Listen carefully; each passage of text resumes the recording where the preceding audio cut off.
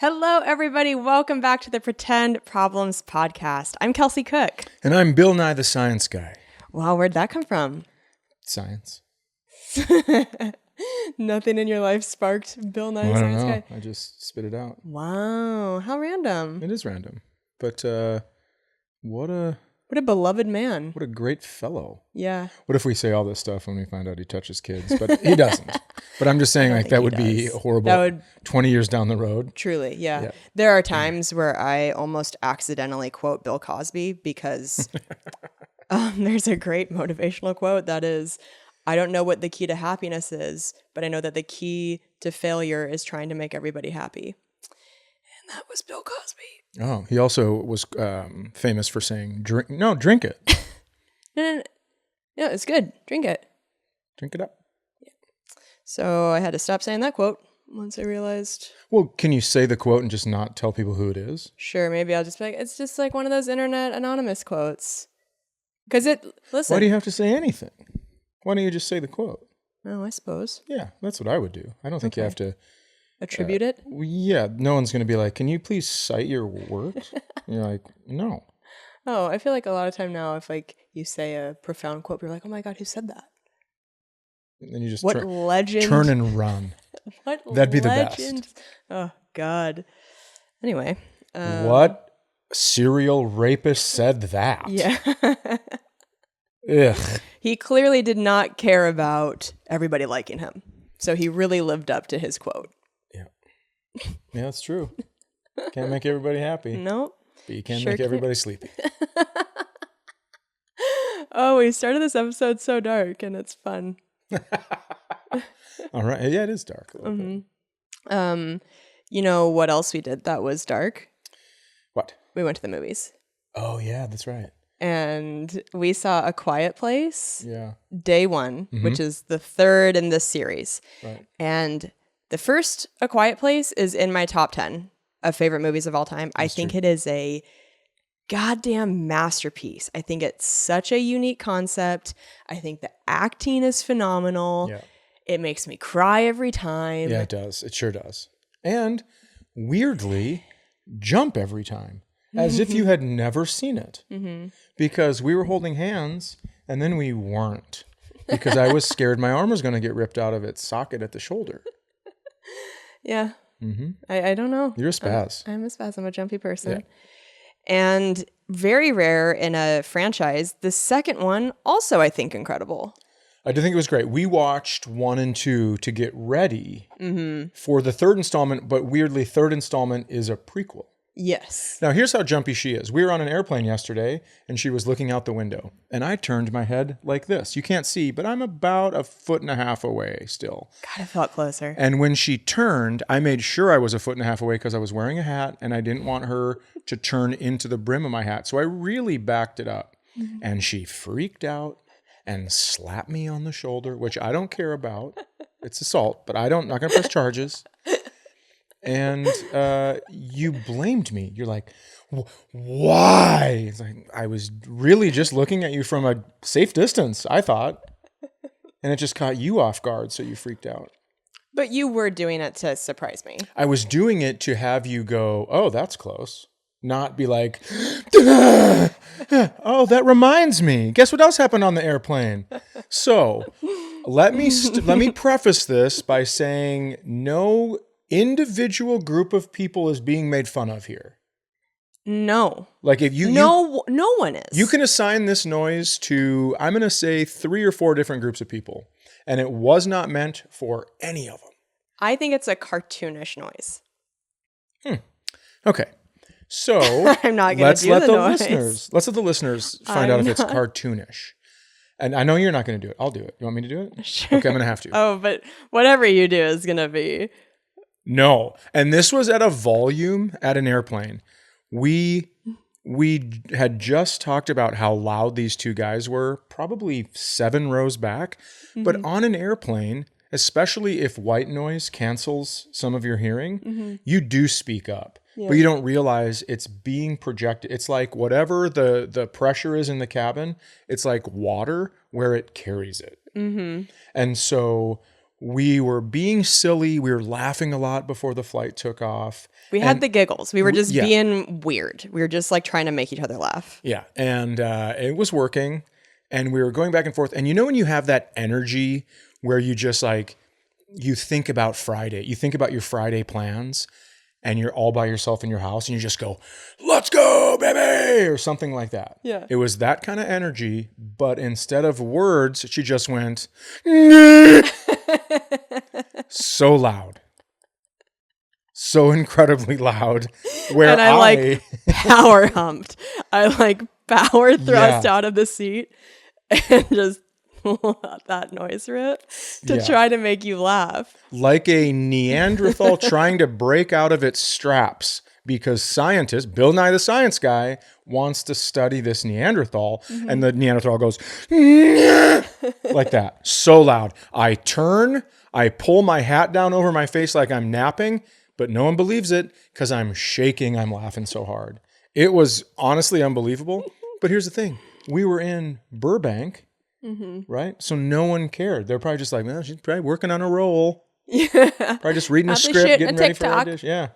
Yeah. Yeah. It was, I've never heard anything like that from you in public. Certainly not loud in a confined space.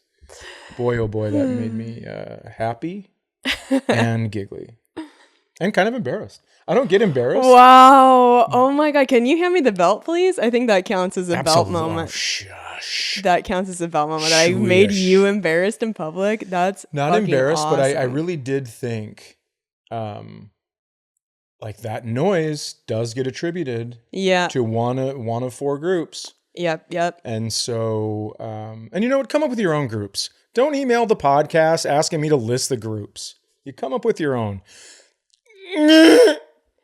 You tell me. I'm not going to list them. That's also, I mean, people in the gym make noises like that. And that could be a group. So we can add that as a group. Know that. That's what I'm saying. Yep. I was not trying to be offensive. I know you were not trying to be offensive. I understand that. I know that's not even in your wheelhouse. Right. Yeah. But other people could have thought it. Maybe. And that's when you have to go, well, listen, you can't assign what this means to me. Right? What does this look about? Because I tell you that all the time. Yeah, it's where I learned it, Dad. Okay, let's get back to A Quiet Place. Oh, yeah. Because I think you listeners will be proud of me because Chad was proud of me. So, okay, we're in the movie theater.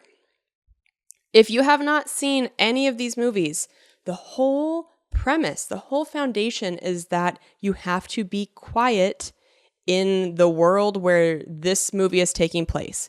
Can I jump in? Yeah. Even if you haven't seen the movies, it's fucking called A Quiet Place. So shut your fucking yipper. Yes. And there are not one, but two separate announcements made on the screen before the movie starts. And not the generic, like, hey, turn your cell phones off, stop talking. The actors themselves have been paid to record two additional things that are saying this movie is meant to be watched in silence. Like, respect the whatever. Respect your fellow It's a movie watchers. Very nice way to say shut the fuck up. Shut the fuck up. Yeah. So, and it felt like we were getting punked because it just was like, you think everybody is going to collectively be an adult and be like, yeah, of course, I wasn't going to talk anyway. Right. Because I'm in a movie theater and I'm trying to watch this particularly quiet movie. Behind us. Now, they were talking during the previews. Which is no problem. And you just go, some people do this. Some people don't care about the previews. Yeah. And then when it goes ready for action, everything stops. Can I give a Dane Cook shout out? Please. Because we were just talking about him recently. Such a great old bit of his that people watching the previews like to become movie critics. And that as soon as the trailer is done, you turn to the person and be like, I want to see that. Yeah. I love that joke. Yeah. It's so true. It's very, very true. Yeah. So it's like people get a little bit of a break during previews. Of course.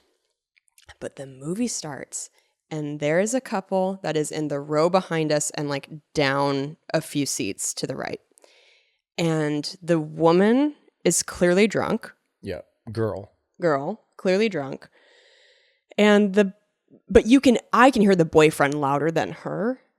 And you were saying that you felt like he was trying to get her to stop talking, but whatever method he was using twice as many words as she was and twice the volume. Yeah, it's like spanking your kids because they hit their siblings. Yeah. There was no good lesson to be learned here. And right away, I'm annoyed, but also like, oh God, what's Chad going to do? Fair. Chad right away says to me, if this goes on for the whole movie, I'm not going to be able to handle it. Right. And I go, yep. And then they talk again and you go, yo. And they trying to speak to the kids. They don't seem to hear you, don't seem to care. Right. And I don't know what got into me, but it was a little bit of the 49ers game. Okay. Where I was like, I also am not going to deal with this the whole movie. We paid to go see a movie. Right. You enter into that agreement when you go to the movies that like you're all going to sit together as strangers and watch this. And so I mean, I guess it's a real white lady thing to do. I just did a full turn and I just stared at them. She went mom stare. I went mom stare. You did. Like 3 separate times. Mm-hmm. And the girl would be like, yeah, no, I don't. Yeah. And it would make her stop for a little bit because I was dialed in. Like, bitch, try me. I don't go to the movies very often. I've been excited for this. Try to talk during this movie. Mm-hmm. And they did eventually stop, but it took a little while. Mm-hmm. And I was proud of myself that I even entered into I'm going to make direct eye contact with them. Yeah. And see if it shuts it down. And I think it kind of did something. And it did. And the 3 separate times you turned around, I remember 4. Because I remember them. It might have been 4. I remember them starting back up during certain parts of the movie. And I'm looking straight forward because I think a mom stare is one thing. Mm-hmm. A dad stare or a dude stare is like, let's fucking get it on. Let's go, yeah. I am looking forward, waiting to feel your brains on my cheek because I'm thinking, who knows who has a gun? Yeah. I don't know what these two look like. I'm just thinking lots of people have guns. It doesn't matter size. I mean, size matters a little bit. I think that's why they made guns, right? The guy that invented a gun is probably pretty small and lost a lot of fights. So maybe. But then also, though, just have no clue what they look like. I'm waiting for the guy to say something. Yeah. And then feel brains on my cheek. And then I'm wondering, how am I going to deal with that? Am I going to freeze? Am I going to get under the seat? I don't know what's going to happen. And then I also thought, I was like mapping out the whole theater because I go, well, she's going to get in a fight. And then what's going to happen is I'm going to have to fight a guy that I've never even looked at. And I can tell you every single thing about how they look because I stared at them for so long. Of course, right. I know, but I was letting you do it because I didn't want to make you feel weird because if I would have been there by myself, I would have been like, "Hey guys, it's called A Quiet Place. Can you be quiet, please?" But I didn't know how you would handle that. And then when you turned around, I'm like, "Well, fucking, she's got it. How about this?" You should get a T-shirt that says, "I've changed. Deal with it." Yeah. You were having your planning in your head of what to do. My planning was if they don't stop talking, I was going to say, can you guys please stop talking? Like I was going to say it nicely. I was going to use nice words, but I was just going to ask like, can you please stop talking? And who knows how that would have gone? Probably poorly. I'm going to tell you, people talking in a theater, if you say to them, no matter how you say it, no matter what words you use, no matter what tone you use, it's still going to seem like an attack. Mm-hmm. And so I think it's going to be met with resistance and maybe violence. I don't know. Crazy shit happens in movie theaters. People are fucking whack jobs these days, myself included. I'm putting myself on that list, right? Yeah. You think that guy thought he was going to get sprayed with gasoline that day? No. Well, that's it was in my head. It was kind of funny. Is like where you're like, you don't know what this person's capable of. I'm thinking like, dude, that's the same thing that people don't know when they try to like get into shit with you. It's like, you don't know what this guy's capable of. Yeah. I'm gonna spray your pants with gasoline. I got fucking 10% crazy. It's fine. It's a sliding scale. I have iceberg crazy, right? Where somebody looks at me and they go, yeah, that guy's a little crazy. And then you don't see the whole crazy underneath. Yeah, you're like, my crazy sank the Titanic, motherfucker. Back up. I have iceberg crazy is so funny that needs to be set on stage and probably have T-shirt. merch. Yeah. Iceberg crazy. Iceberg crazy. Oh, God. Thank you so much. Let's make a mental note. Okay. Please. That's so funny. I've mentally noted it. Okay. So we had that happen. And then we flew. I'm sorry. Oh, please go. And can I tell you what happened? Nothing. Nothing happened. They stopped eventually talking stopped like talking. great citizens, and everything was just fine. Yeah. Now, how did that make you feel that you didn't have to do anything and it still stopped? Well, it felt great. So I was actually plugging my right ear and listening to the sound of the movie with my left ear because the speaker was over here. Whoa, I didn't know. And then I couldn't hear them even when they would start talking. I would just plug my right ear. I was trying to do everything I could. Yeah, because I don't want to ruin. Like, if we even get into a verbal altercation, it ruins everyone else's experience too. Totally. So I was just really, really doing my burst. Yeah. Especially because it wasn't a full theater. And so then it becomes like an even more intimate experience with the people that are in there. Yep. Where if like mom and dad are fighting, it's like, oh God, you know? Yeah. So anyway, that was our movie experience. And then Chad and I flew to LA for 20 hours? 17. 17. We were in LA for 17 hours. That's right. Got on a plane, came right back to shoot Something's Burning with Bert Kreischer. Yeah. His YouTube cooking talk show. And that actually comes out next week. No, I'm sorry. The week that this comes out, it should be out. I have no idea. I just know that he started putting all of this pre-measured food into a pan. Yeah. And the next thing you know, it was a chicken pot pie. Yeah. With salted pretzels on top that you put in the oven. It's like it was pizza dough. Yeah. And not like crunchy hard little pretzels, like Bavarian soft pretzels. The stuff you put mustard on at a ball game. Yeah. It was so good. It was crazy. I could not believe it. I thought it was going to be one of, this show where like, because I've seen clips from it, but you just never really see the food. Yeah. And you think it's supposed to be like a funny cooking show. Yeah. No, it was legit. Dude can cook.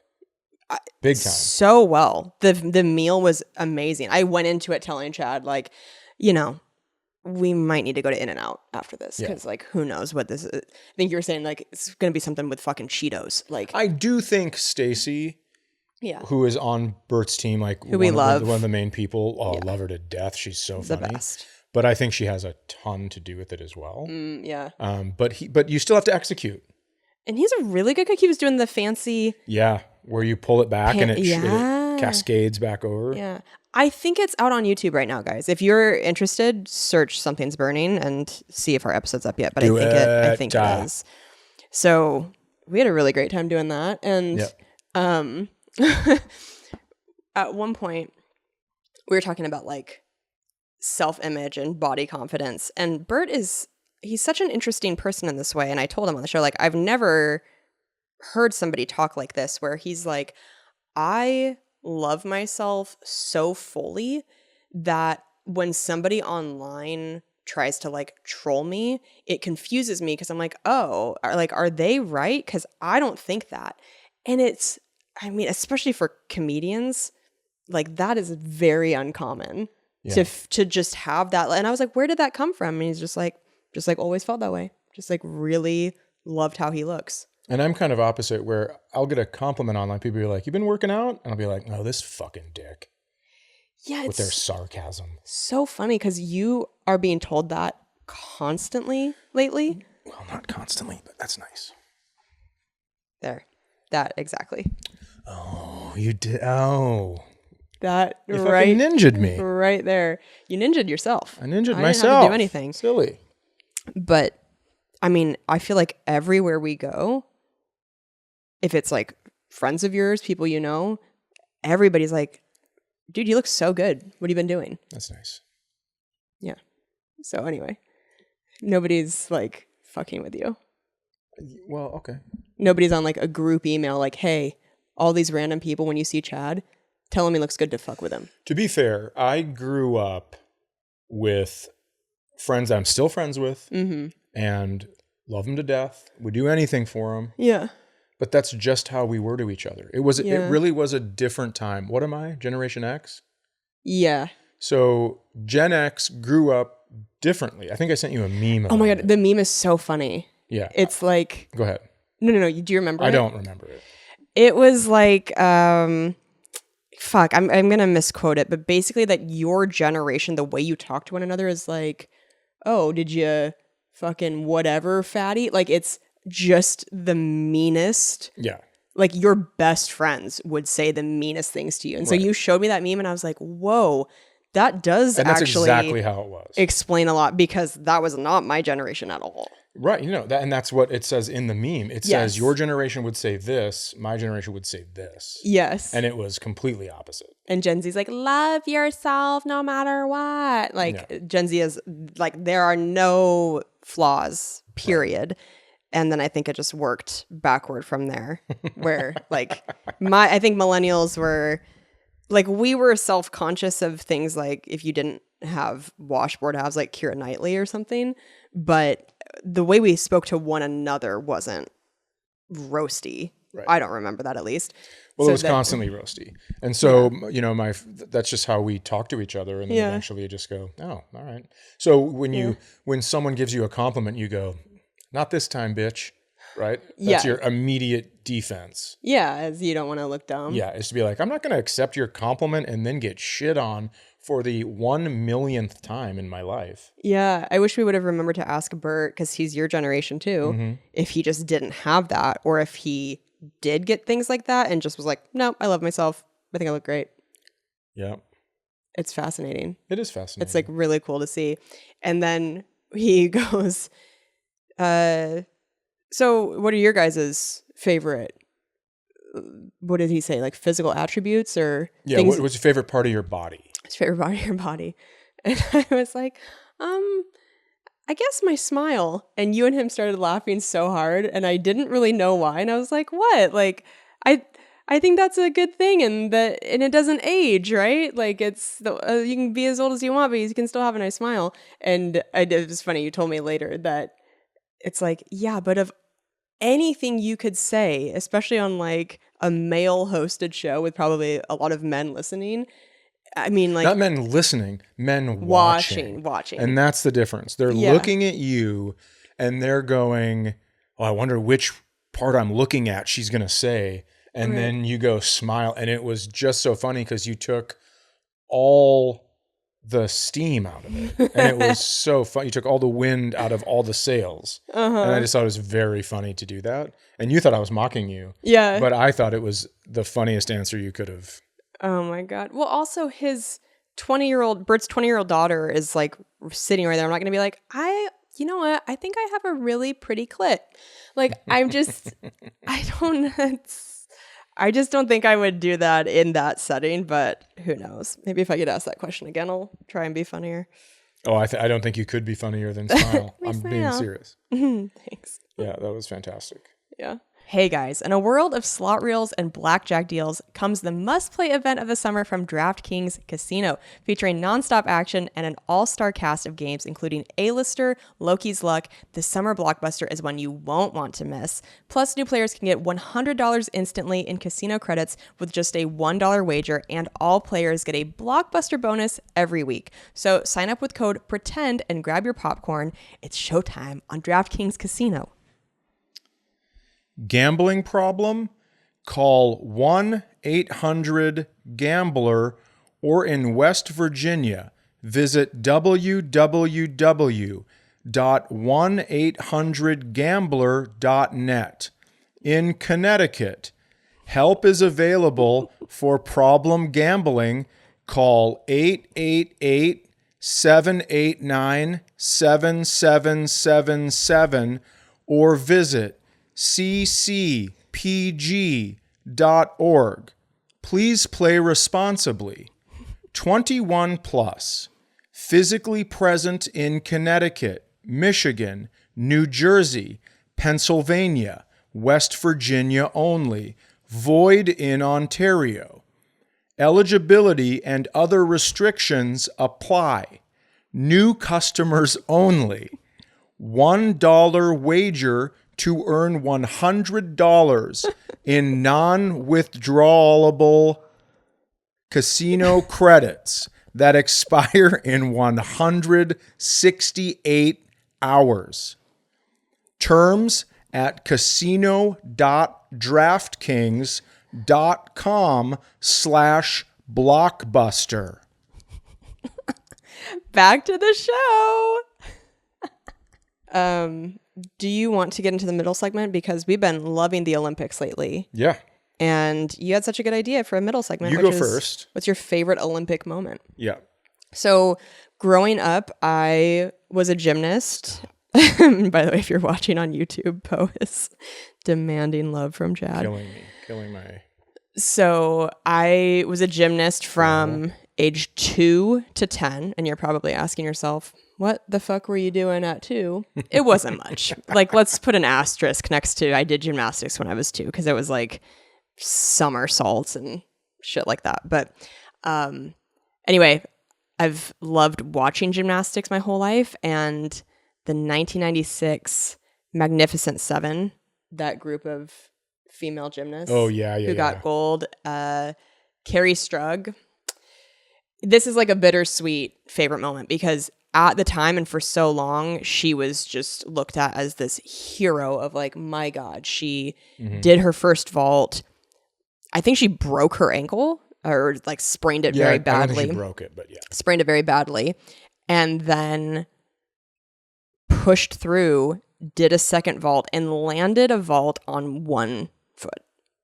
Yeah. One gold, I'm sure most of you have seen this. It's crazy.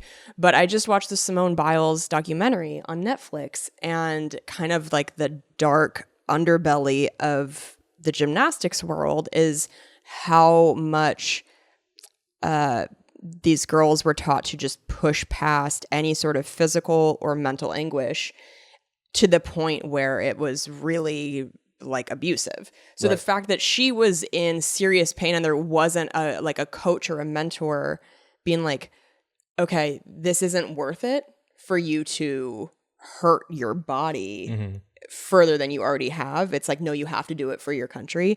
So it's, I look at it a little differently now, but that used to be like my big highlight. Yeah. I mean, when Rocky was knocked down to the mat by Apollo Creed, nobody was like, just stay down, dude. Yeah. He's going to hit you again and you're going to get brain damage. Just stay down. Yeah. Yeah. It wasn't like that. It was like, how did you know bell, Rock? That kind of shit. So that's just how it was. Now, I'm going to tell you my answer. Are you done? Yeah. Okay. That's a great answer because everybody remember. I mean, that is wild. And with that haircut. The balls on her that you couldn't see through her leotard. And her tiny Carrie Struck voice. Hi, I'm Carrie Struck. Unbelievable. You're very good voices. Thank you. So here is the thing, right? Okay. The thing I you found it. Okay. So it's, am I fat? Boomers. You could lose a few pounds. Millennials. No, you're beautiful. Gen Z. We don't body shame. Of course you're not. Gen X. I know 5 fat people and you're 4 of them. And that's exactly how it was. We grew up with Eddie Murphy movies and fucking busting people's chops for fun. And like, that's what it was. Yeah. That's like, I remember the funniest thing. This guy at the mall, his name was Jack, and he was known around town, rich. Everybody thought he was the richest guy in town. And I was hanging out with my buddy Mark Lundy, and it's from a movie, but we used to quote movies all the time too. Yeah. And I remember that Jack had a cigarette and he was going outside and he asked Mark, he goes, hey, you don't have a match, do you? And Mark goes, yeah, my ass in your face. And it's like, that's how we grew up. We just always had a zinger waiting. And this fucking, I know 5 fat people and you're 4 of them is exactly what we grew up on. A constant diet of that shit. Now. And okay, you know what? This would be good to keep talking about maybe on the bonus. Yeah. I have 2. I'm gonna do a U. Okay, great. I'm gonna go 2 of these. I love it. Obviously, if you've ever seen my jacket after a show, you know that my all-time greatest kind of memory. I don't remember all of it. I just remember the end. We were freaking out. Miracle on Ice. Mm-hmm. Unbelievable. I have a patch on my jacket, and one time a kid at an ice cream shop goes, "Were you there?" And I was like, "I was 5, bitch." Is this ice cream free? Because that's hurtful. Oh, that makes me think of a story I will also say in the bonus Patreon. Okay, continue. Okay. Oh, it feels like we're really teasing people to go to the Patreon. Yeah, and it's not to be whatever. Okay. A marketing genius. I needed to say it out loud, so I remember to say it. Sure. And then in the Summer Olympics, my personal favorite moment is when, I don't know the guy's name, but I'm sure you'll recognize the story. He has fought back from all these injuries. He's finally ready. He's in the finals, and this guy blows a hamstring and falls down. What's the sport? It's a track and field. Okay. And he's trying to finish, and then he goes like, someone grabs him and he goes, no. And it's his dad. His dad has come down from the stands to help him cross the finish line. And he's like crying.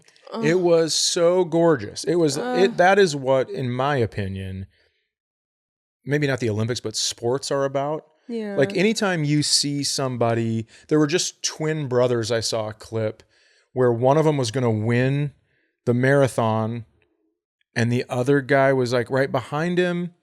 And the guy that was in first place just was too dehydrated. His body wouldn't work anymore. Yeah. So his brother stopped, helped him, but then a guy passed him and took first. Yeah. And then he pushed his brother that was dehydrated across the line first, so he'd get second, and then that guy got third. It's that kind of shit that I love those stories. I love it. Those are my favorite. I also love pure domination, where you don't give a fuck about the person. I also love that stuff. Yeah. And it kind of goes with your philosophy on life that you've shared, where it's all about helping people get to the finish line. Oh yeah, I mean, I suppose. Yeah, that's nice. But I do, I like obviously the whole story of the 1980. Those kids, they were kids. They were children that were playing college hockey. Some of them were just finished. Yeah. But they beat a team that professionals, the all-stars in the NHL couldn't beat. And because Herb Brooks coached them the way he coached them, it's so good. You know, I don't really know that story. So we're watching Miracle immediately. Okay. Guys, thanks for tuning in. We'll get to questions next week on Pretend Problems Podcast. We just have to add it to the million movies I have not seen. Oh boy. But yeah, I don't really know the Miracle story, so okay. I'm excited. Yeah. I love sports stories. Okay, let's plug our taints. Let's plug our taints. Mine is looking good. No big whoop. Can't put it on camera. No need to plug it. Already plugged. Yeah. There we go. Okay, so in September, I am in Fort Collins and Baltimore. In October, I'm in Omaha and Phoenix. November, I'm in Dania Beach and Providence. And then in December, I am in San Antonio and Austin. You can get tickets at kelseycook.com. And we can't talk about it quite yet, but just know that we have some exciting tour announcements coming for next year. That's right. And lots of other new markets just on our individual tours as well. Mm-hmm. I have in September, Spokane and Tampa. Then I'm going to go in October, I'm going to go to Madison and I'm going to go to Columbus, Ohio. Mm-hmm. And then in November, I'm going to go to Denver, San Francisco, and Sacramento. And then in December, I'm going to go to Salt Lake City and Las Vegas. And then in January, I might have to get a new left hip. I'm not sure yet, but I just may. So come out to a show when you can. Also, if you go to my website, chaddaniels.com/tour, it's going to bring you to Punch Up Live. That's where my dates are located now. Mm-hmm. And Punch Up Live is this really cool new idea where you can get access to videos and content that you can't get anywhere else. And so I recorded 2 specials in Madison. You might be sick of hearing that, but it's true. And I'm a fucking legend because of it. I'm just kidding. But the second one is called For Reals. And the 15-minute trailer is up on Punch Up if you want to go watch it. I've also been putting out clips on Instagram from it. So if you want to go there, follow me, check that shit out, you can. But you know me, Promo King. Promo King. Yeah, I'm getting my stuff figured out for Punch Up Live as well. Oh, yeah. And like we've been teasing, we have a Patreon now. So it's patreon.com/pretendproblems where you can get all kinds of bonus content. So if like you finish listening to the episodes each week and you're like, oh, I would like some more episode, then head on over there. Got all kinds of fun things. And we're going to keep recording one after today's. So should be a new one. Okay. Let's do it. Let's do it. So I'm looking at you like, let's do it. You're like, bitch, get your computer. That's not at all how I was. It absolutely is. Bitch, get your computer out. Bitch, get your computer out. And if you guys would like to write into the show, which we love so much, because at the end of every episode, we answer questions. It's pretendproblemspodcast@gmail.com. We can give you advice on stuff you're going through. You can let us know what you're thinking about something. Let us know what you think about people talking in a movie theater and what you would have done. Because who knows? Okay, this is titled Mensa, My Dad, and AU Boy Chad, which is what you refer to yourself with the gold standard potential. Oh, yeah. Is this from Olivia? They say, hey, Shemp and Carol. What does that mean? What's that reference? Shemp and Carol. I mean, Shemp is one of the Three Stooges. Oh. I'm going to look it up. Go ahead and read it. Okay. I'm gonna look it up. Hey, Shemp and Carol. I wanted to offer my insights as to why Chad may have the disposition he does and why neurodivergence might now be the issue. Like Chad, my dad was in Mensa and they had a similar personality. Grumpy, sure, but also fiercely protective and loving. They do not suffer fools and have little patience for people who just don't get it. The best way I can describe how they get like they do is to put myself in their shoes when they were kids. Imagine them being the smartest kid in class and every lesson is something they had heard before or learned on their own. They'd get bored, and because they're bored, they don't do their work. Because they don't do their work, they get in trouble. Because they get in trouble, they get frustrated over and over in an endless cycle. It'd be enough to put anyone in a shitty mood. Does that resonate at all? Keep reading.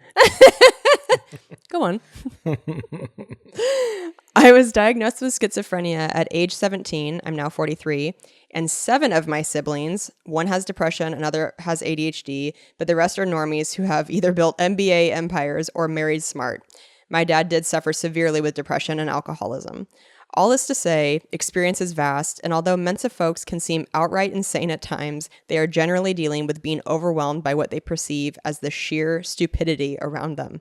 I kind of think of being a genius as a dysfunction in itself, and maybe for some folks, it's just the nature of being in Mensa. From what I can tell, people this smart have a tremendous sense of justice, though. They're certain of what is right and what is wrong. I miss my dad dearly, and I'm glad there are guys like Chad and him to assure people there's a better way and show the ones they care about how. They fuck up sometimes and spray gasoline, but whatever. It's not always easy being smart. In fact, I imagine it's pretty lonely. Love to you both. And then I won't say your name because you didn't say if I should. Well, that's very nice. I do feel like when I did spray the gasoline, I still feel dumb about that. I mean, I feel like a complete idiot for doing that because the potential implications there are fucking disastrous. Yeah. And so, I just... Do you want to give, for people who don't know the story, just like a quick version? Oh, I didn't know. I thought I was having a normal conversation, mouthing words back and forth to somebody in a truck, but they thought I was stealing their spot at a gas station. And I wasn't at all because I was easily there first by a minute. Mm-hmm. And then the guy grabbed something out of his truck and came at me and was screaming at me. And I had the gas pump in my hand. It's all I had in my hand. So I just sprayed his pants with gas. Probably like just above his knee down. And he looked stunned. And then I started thinking, oh my God, if for some reason anything lights that on fire, I don't know how you get those off in time. And so I was panicking, and it just was a horrible situation. Yeah. Oh. But because you felt like he was about to come hurt you. well, he grabbed a full-on weapon out of his truck. Oh my God. And so what was it? It was a golf club. And so Jesus Christ. just so we're clear, are you familiar with the phrase "fuck around and find out"? Because that's the video that goes along with it. So I do feel dumb, but I also feel like fuck that guy. Like he was. Well, if somebody's gonna charge somebody with a golf club in public, I know. I do feel a little bit like a bitch spraying him with gas, but also it's also a funny story and does kind of just sum up my life in one little quip. Mm-hmm. But it's like, yeah, what are you gonna let somebody kill you with a golf club? He probably wouldn't have killed me. He probably hit me once in like the leg or something just to. But you don't know. I don't. That's why I sprayed him with gasoline.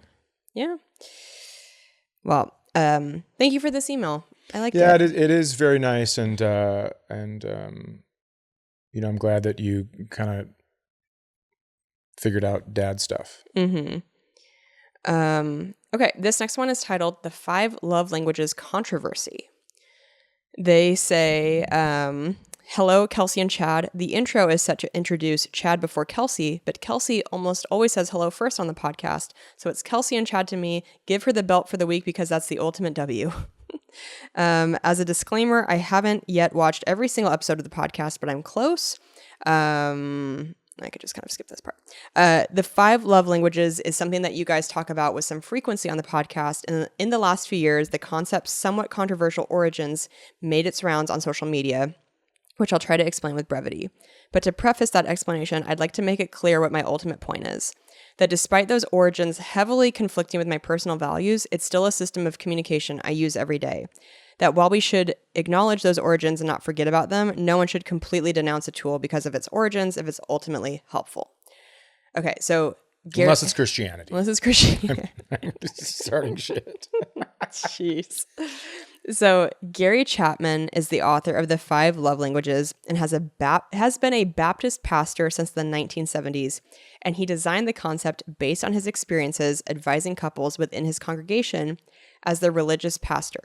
If you read further than his Wikipedia entry into the history of the concept, you'll find that as the first drafts of Chapman's ideas gained popularity within his religious counseling, he insisted that physical touch was commonly the primary love language for men, while acts of service was commonly the primary for women, especially within his own marriage as a means to pressure his wife into sex and to cement her cleaning duties to him as a housewife.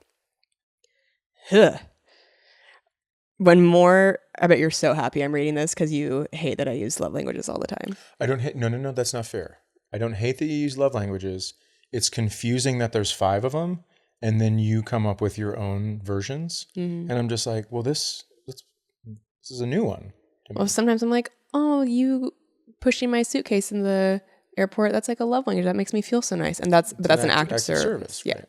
Yeah. So there are some times where you go, oh, well, I remember one time we were out shopping at Golf Galaxy or something. Mm-hmm. And then I was getting a bunch of stuff. And then you got a little golf outfit because you're starting to golf. Uh-huh. And then I was like, just put it on there. I'll grab it. And you were like, I didn't know that gifts. Buying me clothes is a love language. I'm like, I'm not falling for that shit. I'm not going to constantly buy you all your clothes because you fucking love language. Guess what? Come on. I love $100 bills. That's my love language. Come on. We've talked about this before. Take me shopping. No. Take yourself shopping. Give me your money and I'll take you shopping. Come on. You rich, bitch. You rich. You richer. I'm okay. You are. Back to the thing. Okay. When more progressive people became aware of this origin of the concept, they denounced the 5 love languages entirely as a tool of misogyny. My response to this is that while the context of its origin is very important and people should think critically about that, if it's something that actually did help instead of specifically convince them to adhere to patriarchal standards, then that's okay. They don't have to feel gross for letting an idea help them in positive ways. It may have been created for reinforcing patriarchal ideals, but that does not mean the overarching idea of the 5 love languages must reinforce those ideals. Whew. You're a very, very great writer, and I am stumbling. It's just... no, don't worry about it. Okay, thanks. I'm understanding all of it. Okay, great. This is important to me because, like many, many others, the 5 love languages dramatically improved my platonic, familial, and romantic relationships. That's the obvious conflict most of us who use the concept have to reconcile, that despite its gross intentions, is an idea that has benefited many of us, either not realizing or overlooking its potential to manipulate. If this is something you just do decide to talk about on the podcast, you don't necessarily have to read my email verbatim, but if you do read it verbatim, then definitely use my name and don't keep it anonymous. As an aside, I was a fan of both of you as comedians before Wrists of Fury aired and had started watching Wrists of Fury in early 2019. When Kelsey made an appearance on Middle of Somewhere and invited Chad to the show, at the end I thought, uh-oh, competitive Chad versus the Wrists of Fury herself? I hope they date. And boom, called it. Thank you for reading, Merritt. Well, thanks for writing this, Merritt, because I had no idea about the origins, and yeah, that's gross. But I agree with you that even though those origins are gross, if it as a tool helps you communicate with the people around you, then like, fuck it. Maybe some good came out of a gross thing. Yeah. So a couple things. Number one, when I hear the word patriarchy over and over, I think to myself, well, it sounds like a woman wrote another article. I'm totally... Jeez. I've been waiting to say that for 2.5 minutes. But here's what I really think. I would have to, I believe you, just because, on merit alone, I believe you that that is the origin. I would have to do some digging for myself because, as you know, we live in a world where origin stories, people can just put shit out on the internet and you don't really know. So if that's the origin, it sucks that he was using it for, like, to get his wife to have sex with him. That's brutal. She should want to do that anyways. And then what? Oh, sorry.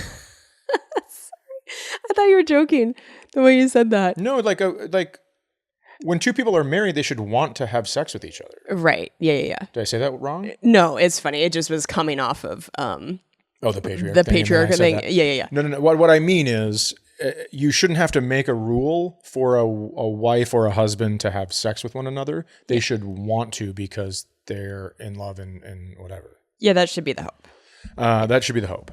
And so, I do think it's great that it came into what it is now. Mm-hmm. But also, it's like it's a two-way street. So it shouldn't ever be one person is getting everything. That's why I have a love language that I like to receive, and I have a love language that I'm better at giving. Same with you. Mm-hmm. And that's what it should be. So it should never be she has to fuck him and clean the house. That doesn't make any sense. Yeah.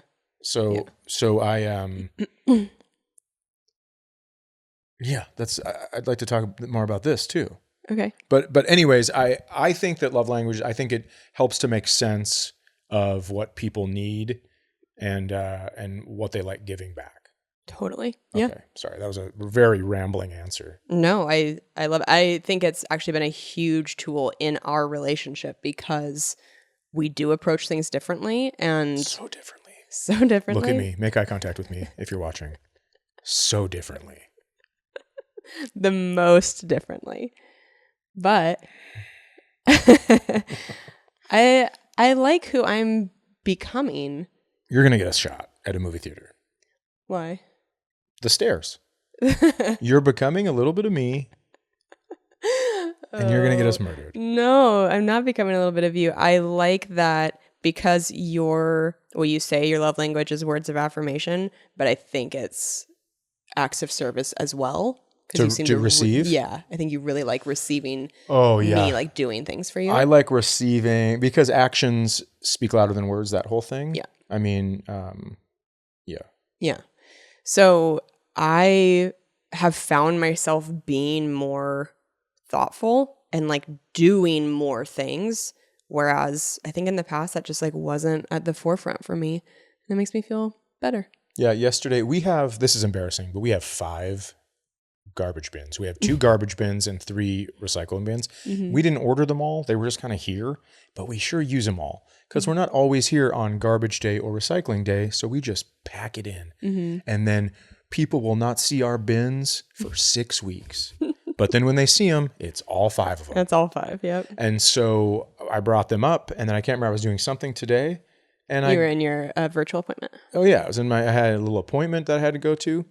And all of a sudden I'm done, and she goes, "Hey, just so you know, I brought all the bins back," which was great because we have to haul. We don't put them right outside our house. We live down like in this where a garbage truck can't turn around, so we have to haul them way up the thing. I did my own Olympic relay. Yeah, great. You time yourself? You have to take like 2 at a time. But yeah, and I like as I was doing it, I was like, I know that this will make him happy, and that made me feel good. That it's nice that it's done. Yeah. Well, thanks. Yeah, of course. Thank you for bringing them out. Okay, this is titled 2 Quick Questions from a German Fan. Hello. Hello. Hey guys, I'm a huge fan of both of you and your pets.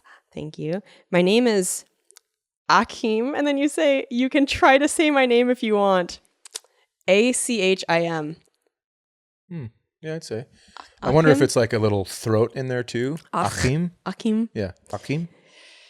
If you want to write back and put it phonetically, I'm sorry. My mom was my high school French teacher, but she was also the high school German teacher, and she would probably love to tell me. Well, let's not forget people can move to countries. Yeah. Oh, so. But he says he's a German fan. Okay. But I don't know.